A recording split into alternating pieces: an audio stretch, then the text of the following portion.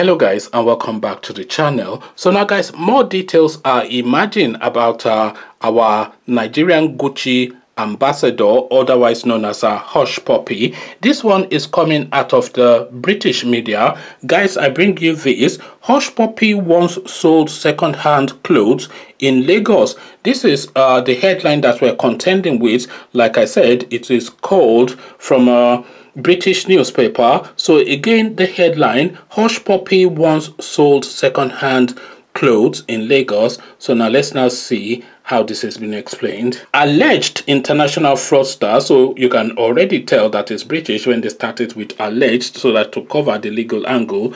Alleged international fraudster Raymond Abbas alias Hushpuppi once sold second-hand clothes on the streets of Lagos State, a British newspaper, Daily Mail, reported. The report reads in part: Mr. Abbas started out as a second-hand clothes trader in Lagos before claiming to be a billionaire property developer in Dubai. There were also reports by some of his old friends that his father was a taxi driver in Nigeria.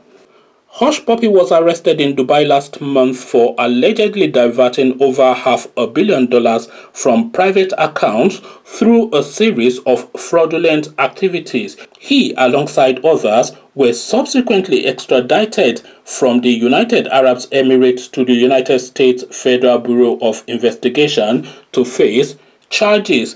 The alleged fraudster, who boasts of over 2.4 million followers on social media, was known to always put his ostentatious lifestyle on display. Hushpuppi boasts of many luxury cars, including 2 Rolls-Royce, a Maybach, a Bentley, a Ferrari, Mercedes G-Wagon, and many others.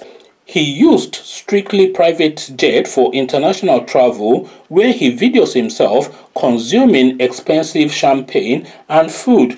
The suspect usually puts inspirational captions beneath his post in a bid to encourage hard work amongst youth.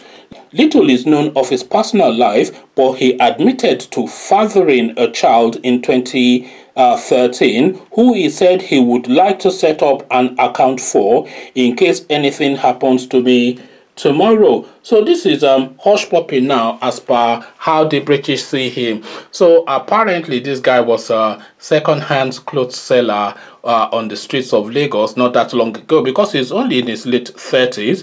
So we're talking not that long ago, really. So how he has now evolved from that to what he is now, $500 million is what we're talking about. We're not talking 1 million, 2 million, $3 million, $500 million. This guy, his choice of travel is a private jet. So anytime he wants to travel, he'll just hire a private jet. That's not to say he cannot buy his own airplane, because of course $500 million. So this is now the narrative of this guy now. So I'm not quite sure where I or society is placing this guy. Is he a victim? Is he a culprit? He is of course a culprit, but how much of a culprit is he?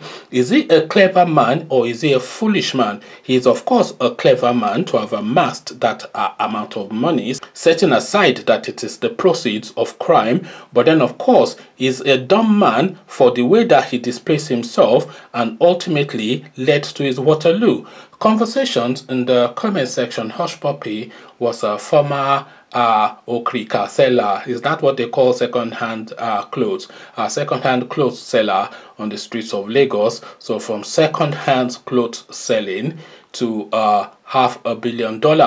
These monies, of course, they are never going to recover all of it. They might recover some of it, but they will not recover all of it. So if he's able to then enjoy the rest of that money, is in the lap of the gods. It depends on how many years they give him in America and what sort of a plea bargain he's able to do for himself. But then of course the rest of his family, they should not suffer if they are cleverer than him, because he should have managed that money in a way that should insulate them at least. Conversations in the comment section. This is the price now. Has he been the sacrificial lamb for his family? Is really the question. They say 3 generations should not know poverty. So has he now, in his bid to break that cycle of poverty gone this way and found himself where he finds himself. Come share thoughts, but before you do that, click on the red subscribe button so it turns grey.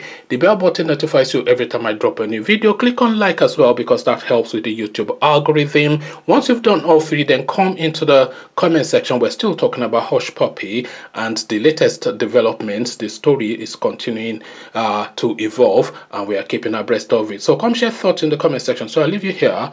Carry this conversation on with you in the comment section, but here I say peace.